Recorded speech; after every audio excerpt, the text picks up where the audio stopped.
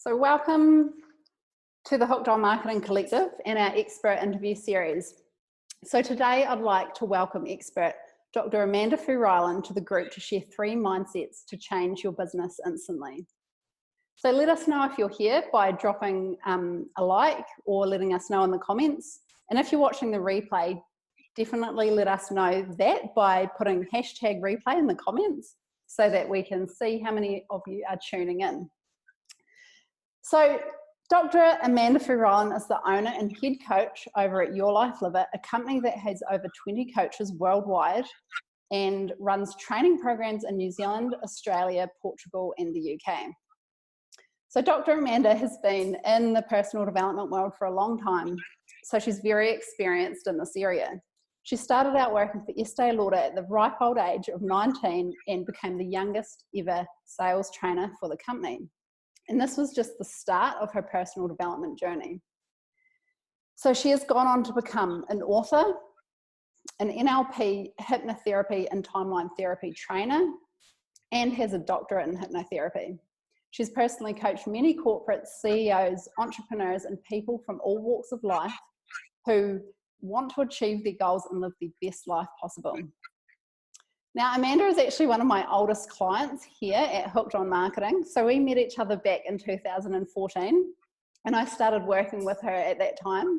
So I've helped her coaching company with Facebook ads, SEO, her new website, blogging, content marketing, social media, you name it, we've done it.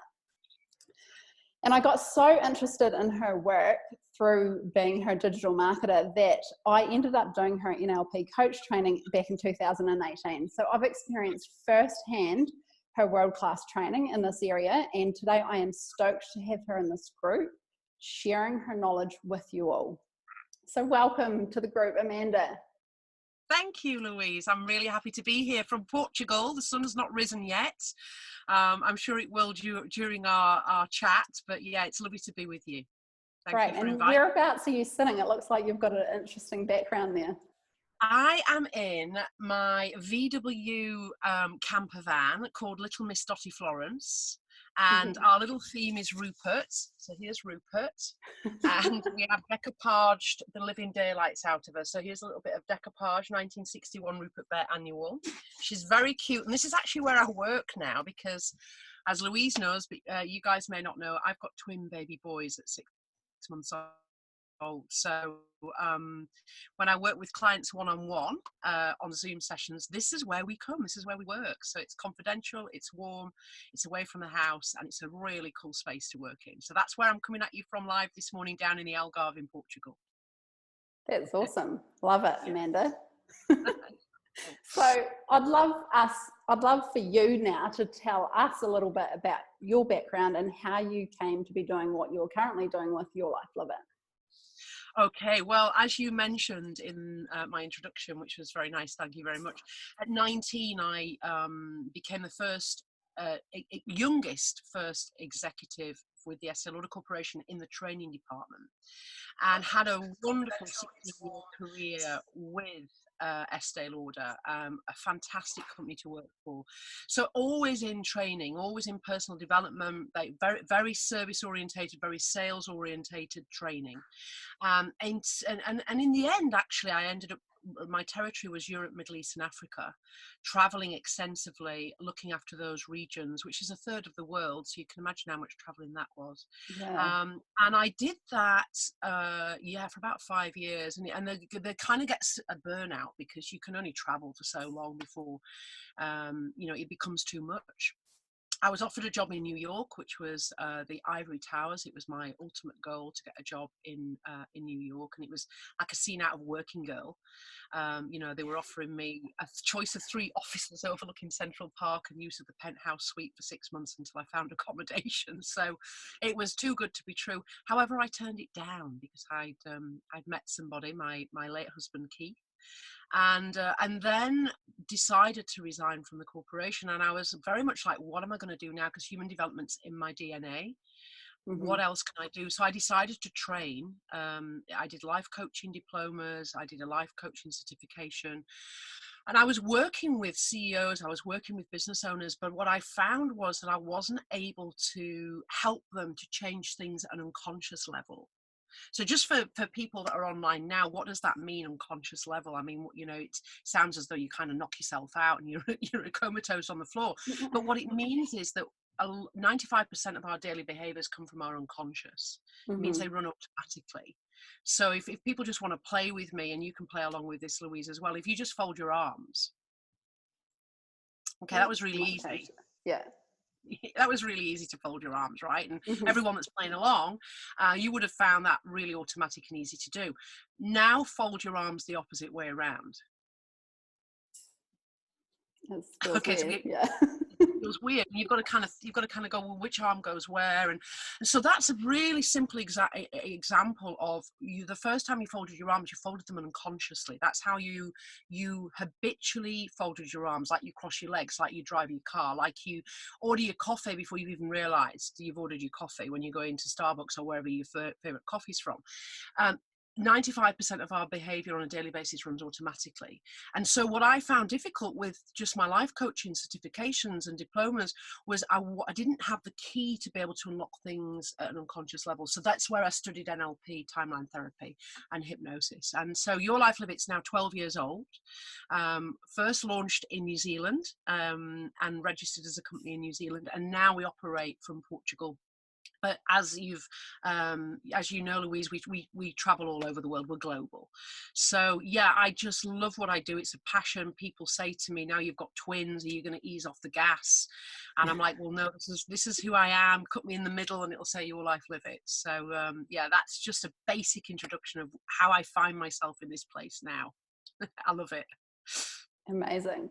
So today we're going to be talking all about 3 different mindsets that can really help people in business. So the first mindset that you talk about is that things are never what they seem. Now, can you walk us through that and explain to us what it is? Yeah, sure. I think probably the easiest way to explain this is to go back to last year. I was booked to speak at a company in Loughborough in the UK. The company's called Eaton, and it is the largest company that supplies lighting for things like stadiums, you know, World Cup football grounds. If there's a new train station at London Bridge, they'll do the lighting for it. In fact, they're actually going into outer space. So, you know, they're a very, very cool company. But I was booked to speak to 38 engineers. And out of those 38, only 2 were female. And they were selected as the future CEOs of this corporation. And they were on this nurturing program for a year. And I was booked as the last speaker to give them some mindsets, some business mindsets. And so I talked about this particular theme. And effectively, I started by saying there is no such thing as reality. So you can imagine, you've got 38 engineers that are really conscious and really knowledgeable, see it, feel it, touch it people. And they just kind of looked at me as though, who is this crazy woman that's coming in and telling us there's no such thing as reality? And so the easiest way to describe that is, and I think it's true to say, Louise, when I did my training back in 2005 and I grasped this concept that there is no such thing as reality, it was like a penny a drop that was just huge. It was like an aha moment for me. So what does that mean? Let's just think about the last time perhaps you went to a party, or one of you, you know, the people that are listening went to a party, and you might have come away from that party and gone, that was just awesome. Like the music was cool, the vibe was awesome. It didn't matter who I was sat next to or who I stood next to. Everyone was really engaging, interesting. The food was superb. Like it was just a really well put together party. And then later on in your co-working space, you might bump into somebody that has been to the same party, and you saw them across the room and you waved, but you didn't get a chance to connect. And you'll say, you know, that party was just awesome. I love the music. And they may go, oh, actually, I left early. Like it wasn't my cup of tea. Like I found the people to be a little bit opinionated, or I found the food to be a little too hot, or the music wasn't my vibe. And what's interesting is the landscape was the same. The music was the same, the food was the same people were there, the lighting was the same, the temperature, the landscape was the same, but the map, the way you navigated that party was different to the person that didn't like it. So your reality of that experience is very different to the other person's reality. And this is key, because it doesn't mean to say that one person's right and the other person's wrong. It just means to say that there are different experiences of the same thing. So, you know, in NLP, we use a phrase which is the map is never the territory. The map is only how you navigate that landscape. Mm-hmm. And that's all to do with how we've been programmed from being very young, and the filters that we have in place that allow us to see things that perhaps other people wouldn't see. And we can all think of people, can't we, in our lives that, you know, you see them in the supermarket and you think, oh shit, you know, I don't want to bump into them because it's going to be a woe doom story for like 20 minutes and they're going to tell me how bad things are. And you might try and avoid them because that's how they live their life. That's their map that they get out. But my map is doom and gloom and the world owes me a favor and I'm a victim. And then you get other people that, you know, I like to say they're the people that throw the logs of passion onto your bonfire of life. You know, they cheer you from the sidelines. They are ambassadors for empowerment. And you see them in the supermarket and you're like, oh my God, there's so-and-so, I need to go and connect, because you know that their map of life, their reality is so empowering and so positive. So I think for people, when you're running your own business and you're your own CEO, it's a really key mindset to learn and embrace, because how you're seeing things is not reality. It's just how you're seeing things that day. And, you know, you'll have other days where you'll bounce out of bed and you'll be full of it and motivated and everything just goes your way that morning in that first half an hour. And your day can look very different. Your reality can be very different. Not because it is, just because of what you're choosing to see.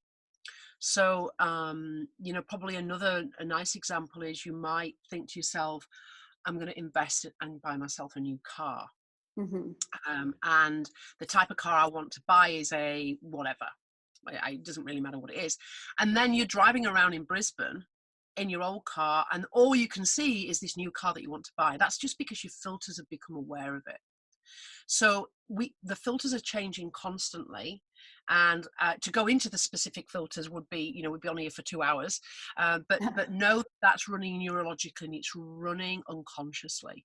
So it's just noticing that what appears real is not real, it's only real to you. And therefore, if you're in a meeting with staff members, their reality of a product launch or their reality of a change of direction in the company could be very different to how you're experiencing it.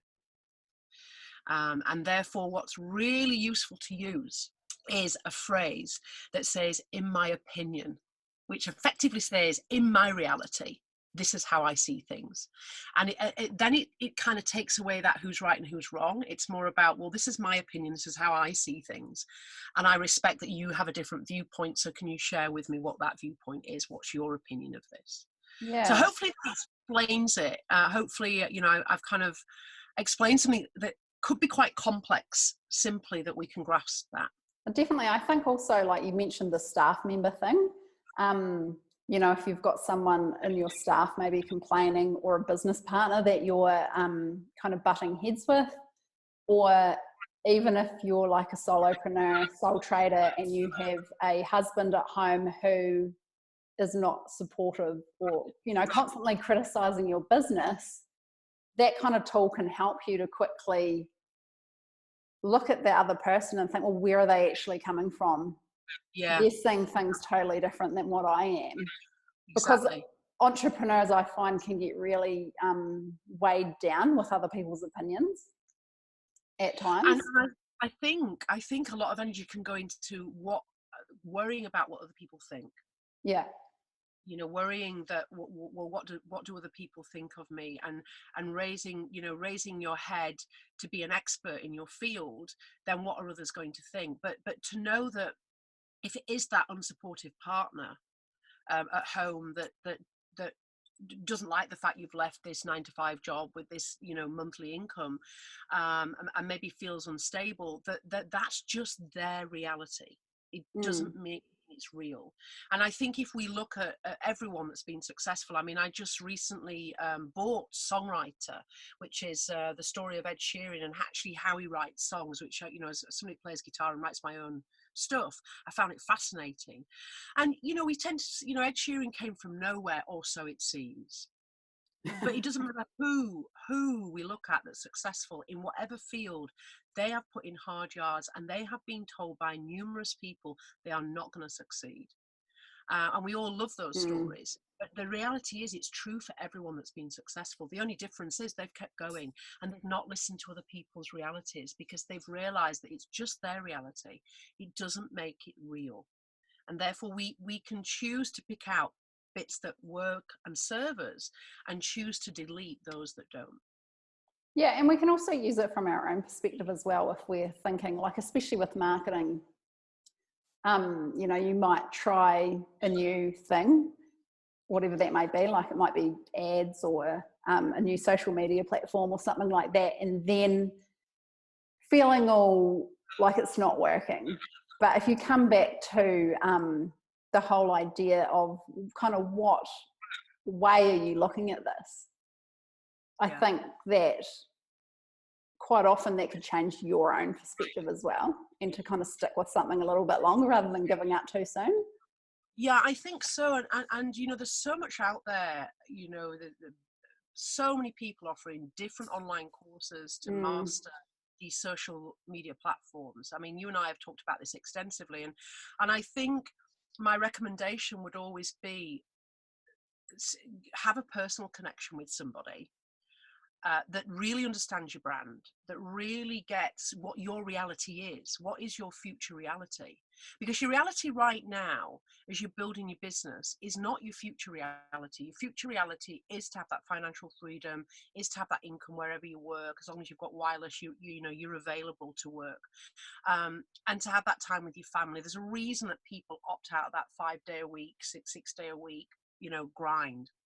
So what is that reality? And I suppose, just, you know, I wasn't thinking of talking about this, but I think it's a really key point, is to step into your future and write down what your reality is going to look like when you've got what it is that you want.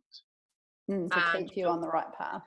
Keep you on the right path, so that when you have those days that are not so good, or you get confused, or you get bamboozled, or you've tried, you know, a set of Facebook ads and they've not worked, you can look at, well, what is my future reality looking like, and ask, well, does this back into it? Does this back into it? Is this, the question is this taking me closer to where I want to go, or further away? Yeah, great. And you know, we use that a lot with clients. You know, is what you're doing right now taking you where you're closer or further away? And if it's taking you further away, that's okay, but just know that. Just know it's going to take you longer to get there. So I think for people that are really loving this idea of there is no such thing as reality, therefore you can create your own. Create your own. You know, get a beautiful book. Sarah, my gorgeous wife, bought me this beautiful book with my initials on it, and a beautiful pen, which I love, my little pen.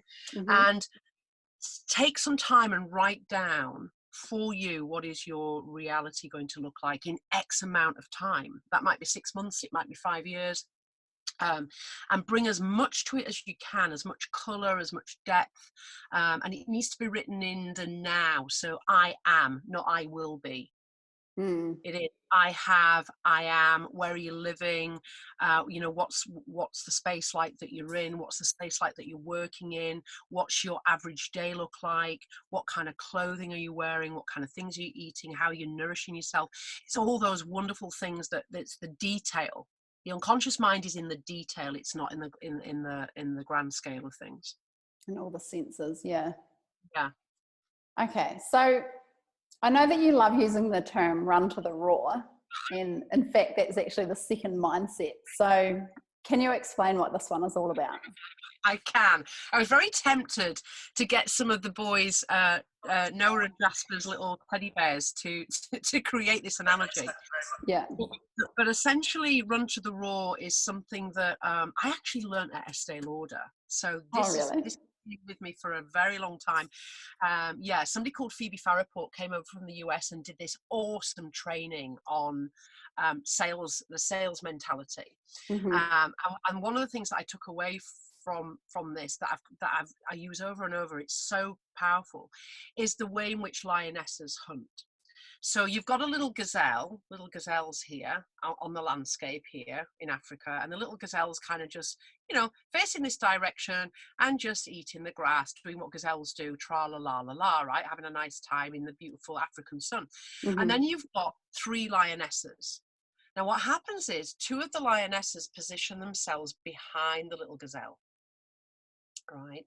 And then one lioness very carefully and very quietly walks and hides behind some shrubbery in front of the gazelle. And the little gazelle's totally oblivious to the fact that this is happening, right? Because they're just eating the grass and tra-la-la and enjoying this African sun. And then what happens is the 2 lionesses behind the gazelle roar really loud, like rah! And what does the gazelle do? The gazelle goes, oh my goodness gracious, there's 2 massive lionesses behind me. I'm going to get out of here, and run straight into the path of the lion waiting here. So the idea behind Run to the Roar is the thing that is frightening you the most, the thing that is putting fear into you, whether that's sending somebody an email to ask them for something, whether that's prospecting a new client, whether that's going and knocking on somebody's door and saying, hey, this is what I've got to offer, whatever that is, run to that first. Because otherwise what happens is it's lurking in your neurology, and you'll think about it maybe 10 times a day. And each time you think about it and don't action it, you're actually giving it more power, and you're actually allowing it to instill more fear. And therefore the project will seem far bigger than it ever really was. Whereas if you say to yourself, right, this thing I've been putting off, the reasons I've been putting off is because I'm frightened of rejection. I'm frightened of success. That could be another reason. It scares the living daylights out of me. Draw a line in the sand, and tomorrow morning, run to the roar, because it will never, ever be as frightening as you are giving it space to be. Yeah. The other thing that happens is once you knock that off, once you do that thing, which will be far easier than we ever thought it would be, something really interesting happens if you do it in the morning. Because then you have this momentum, and you have this like, wow, look at me, like I did that. That was successful. Where did that come from? Like I just handled that so well. And then you've got this momentum, like that snowball rolling down the hill, getting bigger and bigger. You've just got this energy that anything's possible. So my recommendation with Run to the Roar is, what is it that you're putting off that will take you closer to where you want to be, take you closer to that future reality, and action it. It's kind of like otherwise what happens is you might be waiting for it to be perfect. Say again? It's kind of like, is it the saying eat the frog or something like that? Yeah, it's the same thing, isn't it? Yeah. The thing that you're least wanting to do that first.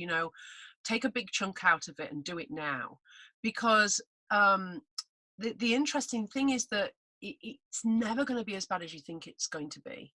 Yeah. And what I hear clients say to me when I'm working with people one-on-one is, I'm definitely going to launch that side of the business, or I'm definitely going to write that book, but I just need to get my ducks in a row first. And what they're waiting for are the conditions to be perfect. And you know what? That's just it's an illusion. Procrastination is perfection in disguise. That's all it is. And so whenever you're looking for conditions to be perfect, or I need to get the right space to write, or I need to have the right pen, or I need to get a different MacBook because the one I've got's not working, or even with exercise regimes, I've got to get the perfect pair of trainers. The reality is that all that's happening is in the pursuit of perfectionism, procrastination is winning. Yeah, and I think we all suffer from a bit of procrastination. Especially when we're working on our own. When I left Lauder, I had a team of people I worked, I managed a team of 12 trainers. Mm-hmm. I reported in to my direct report, Jennifer White, and it was wonderful to have all this team. And then, sort of leaving that organization and going out on my own, it was lonely. And this is one of the reasons why I chose to license the brand, Louise, and why we've got 20 odd coaches around the world, because I enjoy cross-pollinating. I enjoy teamwork. I enjoy, sharing and having that energy. So it is hard when you're on your own. And this thing of running to the raw and noticing, am I being a perfectionist? And if the answer is yes, you're procrastinating. Is going to take you faster, on a faster journey to where you want to be, to that future reality. Yeah. So how do you go about making yourself actually do the thing first in the morning? Like, it's all well and good to say that. Yeah. The night before or whatever, but then the next day, do you have any like rituals or things that you do yourself to make you get into that zone where you can just do that thing really fast and get it done? Okay, so let's reverse engineer it. Yes, I do. Let's reverse engineer it. The reason that the person has put off doing the thing that they should do is because what they've done is they've climbed into it with their imagination and they've seen it go wrong. So they've rehearsed it going wrong. And when we rehearse things that go wrong, then it creates anxiety in the body. So, whatever we imagine feels real in our physical body. Let me give you an example of what I mean by that. I've worked with a lot of people that have got a fear of flying, and they can be sat on Zoom in their home in New York, totally safe, nowhere near JFK at all, and not flying anywhere. And they'll start to describe to me what it's like for them when they have flown. And I can see that the anxiety is starting to build, the colour changing in their face, their hands are starting to go clammy, their breathing changes. So whatever we imagine feels real for us. And this is how people do anxiety so well. So the reason that it frightens you, the reason that the big thing that needs to be done is making you feel a little bit sick or anxious is because you've rehearsed it going wrong.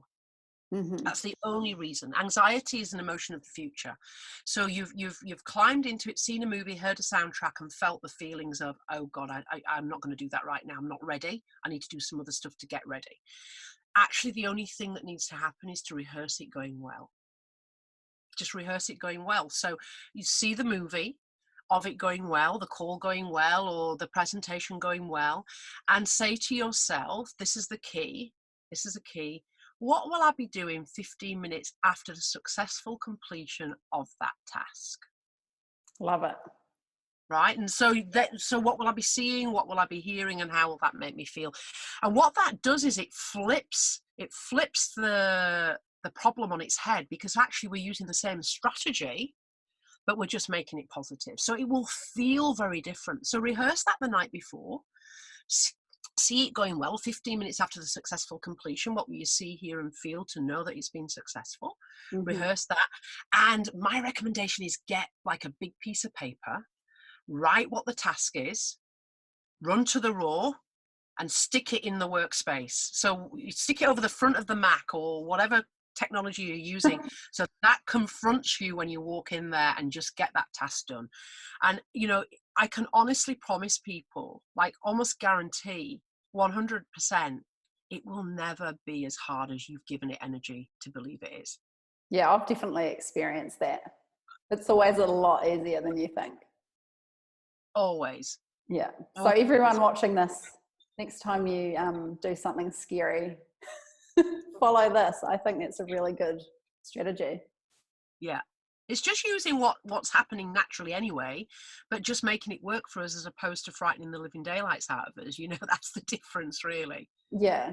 And you're so right. Once you're in that zone, it can take up so much space of, not doing it another day, and it just kind of builds, and it's taking up a lot of space that you could be using to progress other things, Exactly. And also let's look at what happens in that space as well, because generally you're on your own, you're in your space, You've not done that big task that you keep putting it off. So then there's an internal dialogue, like, I'm not good enough. I'm not going to make this. What am I doing? I'm crazy. What, so and so's right.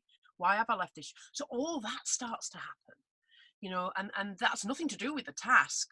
Now self-doubt starts to creep in, and that's a really rocky road, because that takes a lot of energy. Yeah, sure. I guess it's kind of like a visualization, isn't it? It is. The main thing is, with this 15 minutes after the successful completion, is what are you going to see, hear and feel to know you've got that? So all you're doing is doing what you do unconsciously, running this movie unconsciously of it going wrong, and bringing it up into awareness and making it happen in awareness, but making it happen the way we want it to happen. So, one of the things, I'll give you an example. One of the things I was working on recently with a client of mine, actually in Noosa, so not so far away from you. Oh, yeah. In Noosa, there's this big swim that they do in the ocean at Noosa. And this client of mine had just turned 70, and this was his personal Everest, to swim this particular swim in Noosa. But he was really frightened that it was all going to go wrong, because he was frightened the waves were going to be big. In his movie that he was running before the event, the waves were going to be really big. He was going to really struggle. He was going to fail. He was going to need to get a boat to roll on his back and put his arm up, and a boat to pull him out. This was all in his movie of not succeeding. So what I said, I worked with him, we worked on Zoom, and I was really keen to work with this guy, because, he's 70 years of age and this is the goal he's set himself. How cool is that? That's so cool. So I said to him, okay, what 15 minutes after the successful completion of your swim, what will you physically be seeing through your own eyes? He went, I'll be in the beach club, the surf club, having a cold beer, and I'll be able to see the condensation running down the beer. And I said, what will you be wearing? He said, I'll be wearing my t-shirt that I've been given for the end of the swim. I'll still be in my swimming trunks, and I'll have my hat on and my goggles, and that's what I'll be seeing. And I'll be hearing my friends say, well done, that was awesome. And I'll feel amazing. So it's that simple. It really is that simple. And anyway, I said to him, look, the swim's on Saturday, let me know how you go. And he sent me photographs of him actually in the beach club, drinking his beer with his goggles and his hat and his t-shirt, and he said it went just like I rehearsed it. So that it's that simple. This doesn't have to be sit and do a half an hour meditation on this.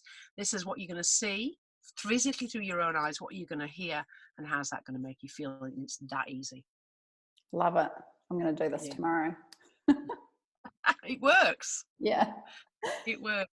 Okay, so the third mindset is you're in charge of your life. So what does this one mean? Well, it means that you're responsible for where you are right now. It means that you have the power to change things. You have the power to create the life that you want to create, which seems like a very grand statement. And, going back to those engineers in Eton in Loughborough, one of the topics I spoke about was that personal development is actually very old hat. Lots of people read lots of books, lots of people do lots of online courses. They may even go to a physical live course, travel, around the world, pay good money, accommodation, and physically sitting on a live course in the name of personal development. But it can all go to waste if this concept is not grasped. And that actually is that personal development is a bit of a procrastination. What's important is personal empowerment. And it's somebody that gets how to empower themselves can take all that development and use it really well. Somebody that doesn't get how to empower themselves can do all the development, spend all the good money, read all the good books, but they're actually never going to actualize it, because they're not taking control and not taking responsibility. So in essence, what we're encouraging is, if you take responsibility for where you are right now in your life, where you are financially, where you are from your health, where you are from your location, your personal relationships, your intimate relationships, where you are spiritually, if you accept responsibility for that, where you are right now, then that gives you an ability to respond. And if you're not happy with where you are right now, then you have the power to change it. Whereas if you if you push the responsibility out of yourself and you use a blame mentality, there's reasons and excuses as to why you are where you are, then what you're doing is you're rendering yourself powerless and giving other people the power. So clients may come to us and say things like, yeah, the reason I am messed up is because of my ex-husband. The reason I'm messed up is because of the way I was raised. The reason I'm messed up is because I had an abusive father, or I had an abusive mother, or I had an abusive teacher. This is why I am the way I am. And what they're effectively doing is pushing the responsibility out and expecting somebody else to fix them. Mm. And sometimes what happens is people enjoy sharing their story of gloom. We talked about the supermarket analogy of, you know, clients sometimes like to get their book, their script out of why they are the way they are. And that's useful because it's become their story, but it's not useful for the future. Because if they're going to keep regurgitating that story of, I am the way I am because, you know, my boss bullied me, and this is why I'm not effective in business because I was in survival mode, then they're not going to be successful in business unless they take some level of responsibility for that, which kind of sounds weird because then when I present this at UCC, at Ultimate Coaching Certification, which was the course you did. Mm-hmm. Yeah. You know, we talk about this on the first morning. You can see people going, I don't like this. This is a crazy lady, because how can she expect me to accept responsibility for this that happened in my life, or that happened in my life, or the other that happened in my life? And it's not about accepting blame. It's not about who's right or wrong. It's just noticing that if we accept responsibility at some level, some responsibility for it, then it gives us the power to then change things. Yeah. So one of the questions that I was asked recently by a student was, well, then Amanda, do you accept responsibility for getting kidney cancer? Because I had kidney cancer 5 years ago. I had my kidney removed on the 14th of November 5 years ago.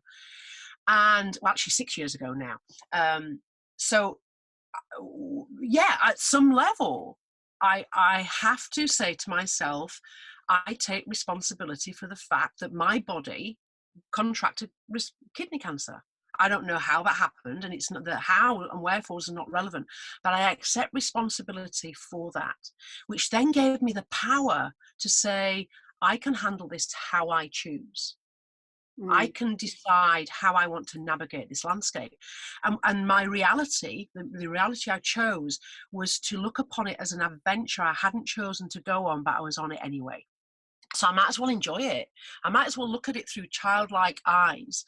And rather than going into surgery in Christchurch, which is actually where the kidney was removed in New Zealand, frightened because I'd never had surgery before, I'd never even been hospitalized before, I decided to go in with a childlike curiosity and asked to see the operating theatre, asked to be anaesthetized actually down there so I could see.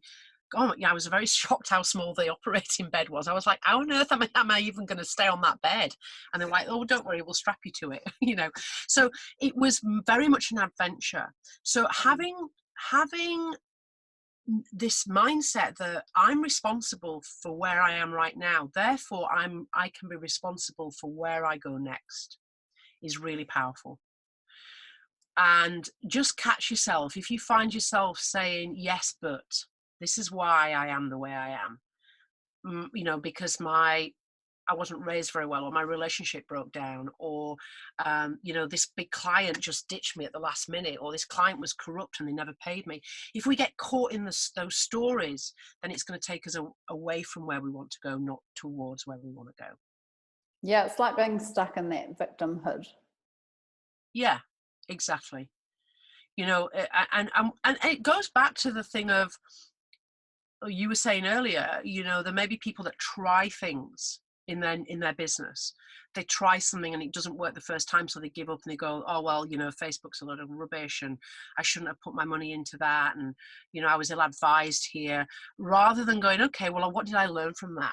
Let me take responsibility for this because it was my decision. I did this. What did I learn, and how can I better do this next time? So that's somebody that's taking responsibility as opposed to blaming Facebook. Yeah. One thing that I always hear about, I see a lot of this on Facebook groups, is people hiring someone to build a website for them, and then the developer will like disappear halfway through the job, or will like not finish it or whatever. And then it can, at that point, I feel like the person then makes a decision, am I even going to continue or not? You know, like going into, oh, this happened to me, somebody ripped me off, gave me bad advice, or didn't follow through on the project they said they were going to do, it's going to ruin my business. That's totally a mindset thing. It is, yeah. Yeah, It is. like you can decide right then and there to say, okay, this is what happened, what can I learn from this, and what am I going to do differently going forward? Exactly like you said. I think that is so valuable in business. And when we do meet somebody in our life that is not delivering what they've promised to deliver, then there's learnings in that too. You know, how can I avoid this type of person in the future? Because I've learned what that's like. I get how these people think. So what did they teach me? And almost like thank them for being in that space. Like, you know, it was not a great experience, but you taught me a lot. You know, and it's that thing, like we've got Ellie, our mindset coach, living with us at the moment, and really driving a lot of Your Life Live Its projects through at the minute. And we were having dinner last night, and I was talking about my very first marriage when I was married for 5 years. And you know, the question is always asked, are there any regrets there? It's like, no, there are no regrets. Like at the time I was like, what the hell am I doing? And yet when I look back on it, I learned so much. You know, that person in my life for 5 years taught me an awful lot about myself and how to navigate the future more easily. So there's always learnings, and it may not seem that way at the time, particularly when, you know, we're talking about curveballs hitting. People have massive curveballs that hit and knock them completely off their feet and railroad their business. You know, and I experienced that firsthand, having had kidney cancer, and then exactly a year and a day later I lost Keith to the same disease. And there can be a tendency to say, well, I'm not going to go back to the business, I've lost momentum now. I was just about to launch my book in New Zealand when Keith was diagnosed, and we pulled the PR company, we pulled the launch, because of course all my energy had to go into Keith, and he, you know, sadly he lost his life and his fight quite quickly, very sadly. Then, you know, last year I'm in New Zealand and I re-engaged with a different PR company. You know, 5 years later, the book had already been out 5 years. It was hard to find somebody to represent a book that's 5 years old, but the story was good. You know, the story meant that we had an angle, and you know, we sold out. So it seemed at the time that it was catastrophic for the business, but actually it wasn't. So it's learning and moving on and taking responsibility and learning from those beautiful teachings that curveballs give us, you know. Because the book launch could have ended up actually being better the way it did turn out than it would have maybe beforehand, because you had a totally different PR agent.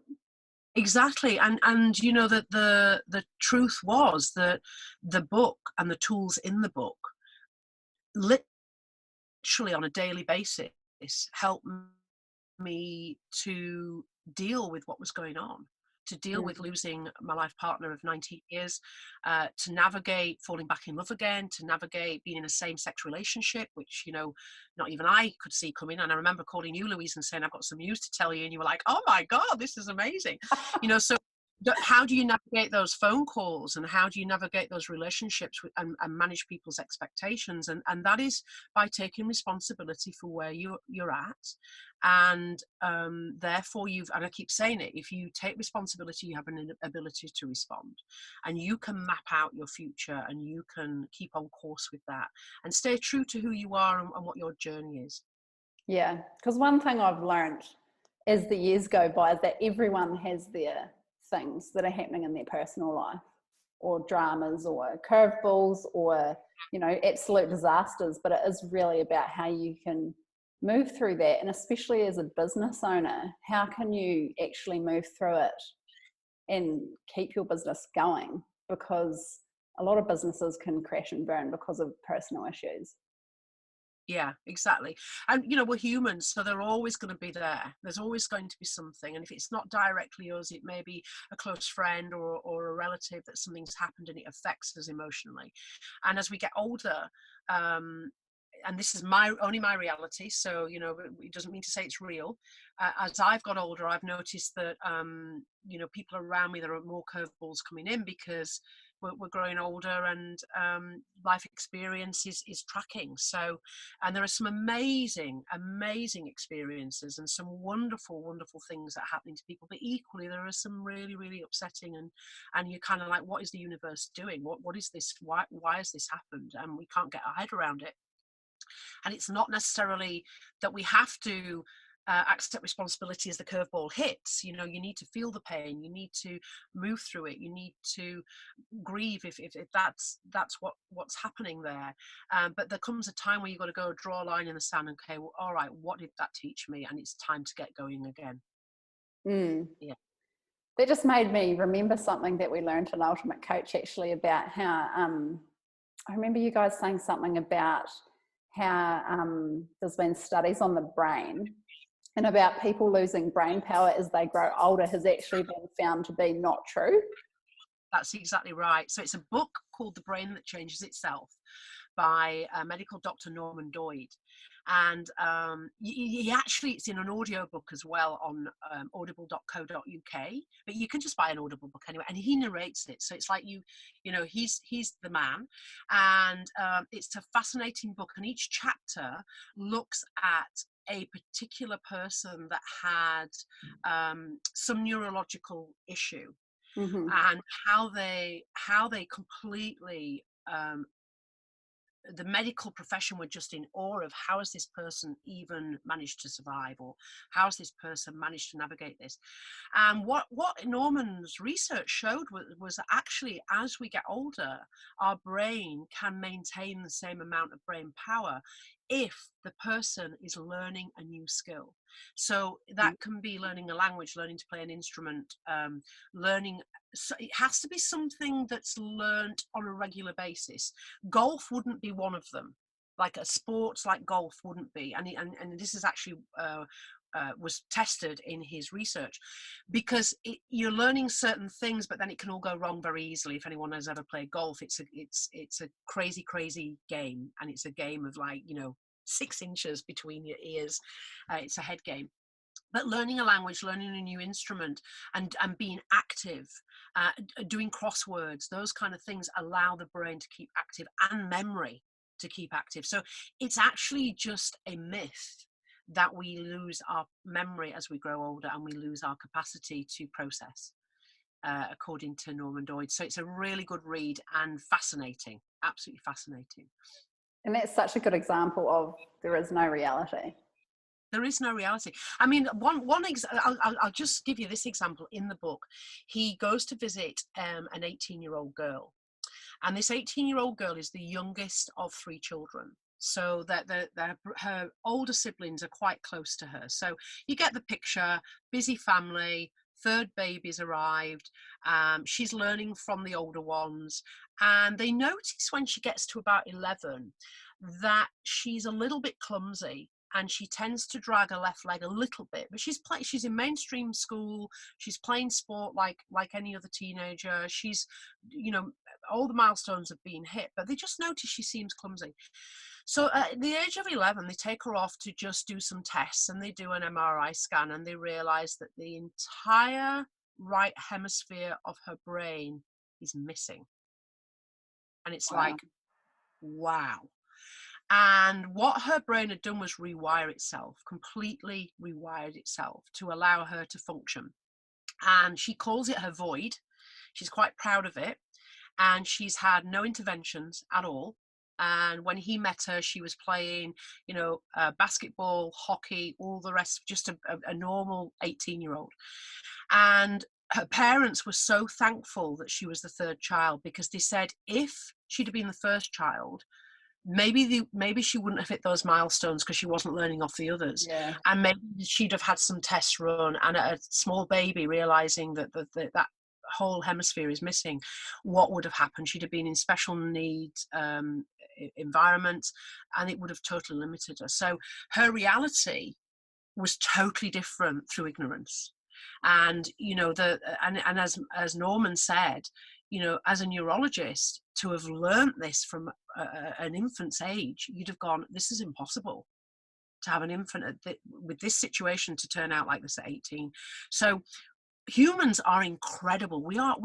Our brains are constantly rewiring itself. It's changing to our environment all the time. And the interesting thing about my work is that we're never ever going to know everything, because as we learn more, the brain changes. Yeah. It's literally, as we learn more, it changes itself again, because we've become more knowledgeable. So yeah, we are ever evolving neurologically. Yeah, it's incredible, isn't it? I love talking about this stuff. I could talk about it all day long. Me too. I'm with you. Me too. The sun's risen in the Algarve. Yay. Ooh, yay. So thank you so much for coming on and sharing all of these gems with us. I'm sure those watching have had a few really good nuggets dropped that they can go ahead and use. Particularly that one about how to do that thing. I think that visualization is so powerful. So for people that want to know more about you, where can they go to find you? Well, they can go on to yourlifeliveit.com. So just Google that and we'll pop up. And that's our website. There's lots of really interesting things in there, Louise, as well. So we've got probably one of the most comprehensive frequently asked questions about NLP, which has got lots of information in there. There's lots of cool videos. So hop on in there and take a look. I'm actually coming to New Zealand with Sarah and the twins in January. And I've just been asked to do lots of keynotes for the Ronald McDonald Foundation. Oh, nice. So I'm speaking between January and April in Christchurch, Queenstown, Invercargill and Dunedin. Those are the 4 locations so far. And that'll be, about an hour's mindset talking for charity for the Ronald McDonald Foundation. So all those things will be available on our website once we've got those dates plugged in. We do have some courses running in Queenstown. We've got hypnosis, which is a hypnosis certification, and also ultimate coaching certification for 7 days in March. And that's a life transforming 7-day full immersion experience with 3 certificates aligned with the American boards at the end of it. So the best place for people to go is definitely our website, and also like Your Life Live It on Facebook, because we're posting all sorts of awesome free content on there and really cool thinking out loud videos and just little mindset snips with me running Archie on the cliffs here in the Algarve, and something just comes into my mind and stop and do a little video. Nice. Yeah, hopefully that's enough information for people to be able to find out more about us. Yeah, I have done the Ultimate Coach course for any of you that are watching and might be interested in it. It's absolutely life-changing. I feel like what you learn in that course you use every single day, and how you communicate with people and relate to everyone. And it's an amazing course and a real treat for yourself, I think, to go away for 7 days out of your business and really learn about something that's not 100% business focused, but it is something that will help you exponentially in your business, I believe. So I highly recommend the Ultimate Coach if you're thinking about it.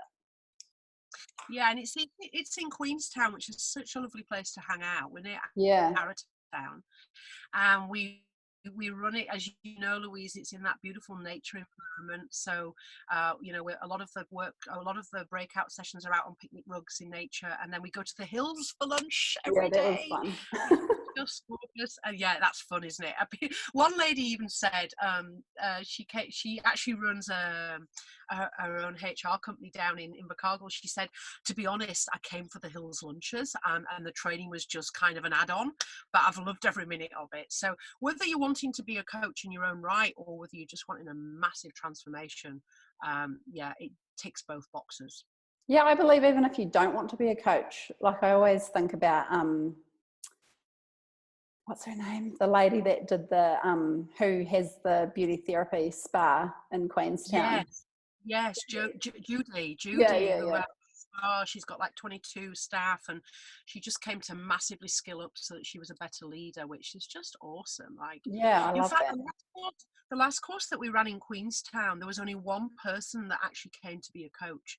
And we only run small groups, so the maximum we take is 12. That's our thing. We believe in quality, not quantity, and therefore the rest of the students literally came for life transformation. And we got business owners, a fair few business owners there, a lovely, gorgeous couple that flew all the way in from Sydney and treated themselves to a little bit of hangout time in Queenstown. So yeah, it's the whole experience is just a treat, like you say. It really is. And you leave a very different person, as you know, Louise. Yeah, and definitely. And my son even has gone on to do NLP coaching with a kids NLP coach. So it touches everyone around you as well. It's amazing. Yeah, it's magical. I remember doing my training back in 2005 in a place called Godalming, just outside London, in the winter, and finishing my 7 days and getting home and just literally being like a puppy dog, like a Labrador puppy dog. I just could not stop talking about it. It was just the most magical, eye-opening thing I'd experienced. And this is why I've dedicated, all this time and my life to it, really, because it changes people's lives for longevity. This is not it only works for 2 weeks. It is a life-changing, for life experience. Yeah, it's amazing work. I can totally see how you've gotten into it for an entire career and still going strong, Amanda. Yeah, thank you, and thank you so much for having me. I've really enjoyed chatting with you this morning, and hopefully those 3 mindsets are going to be integrated and people are going to start using those. If anyone wants any further information, as you know, I make myself massively available, so they can just PM me or connect with me through our website. I'm always happy to help. Yeah, and if you're watching the replay and you've got a question or two, definitely pop it in the thread, and I can tag Amanda and she can come and have a look because she is in the group.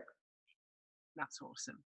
So thank you so much, Amanda. We're going to hop off now, and I hope you have a great day there in the sunny Algarve. Thank you. I will do. Take good care, Louise. See you later. Bye-bye.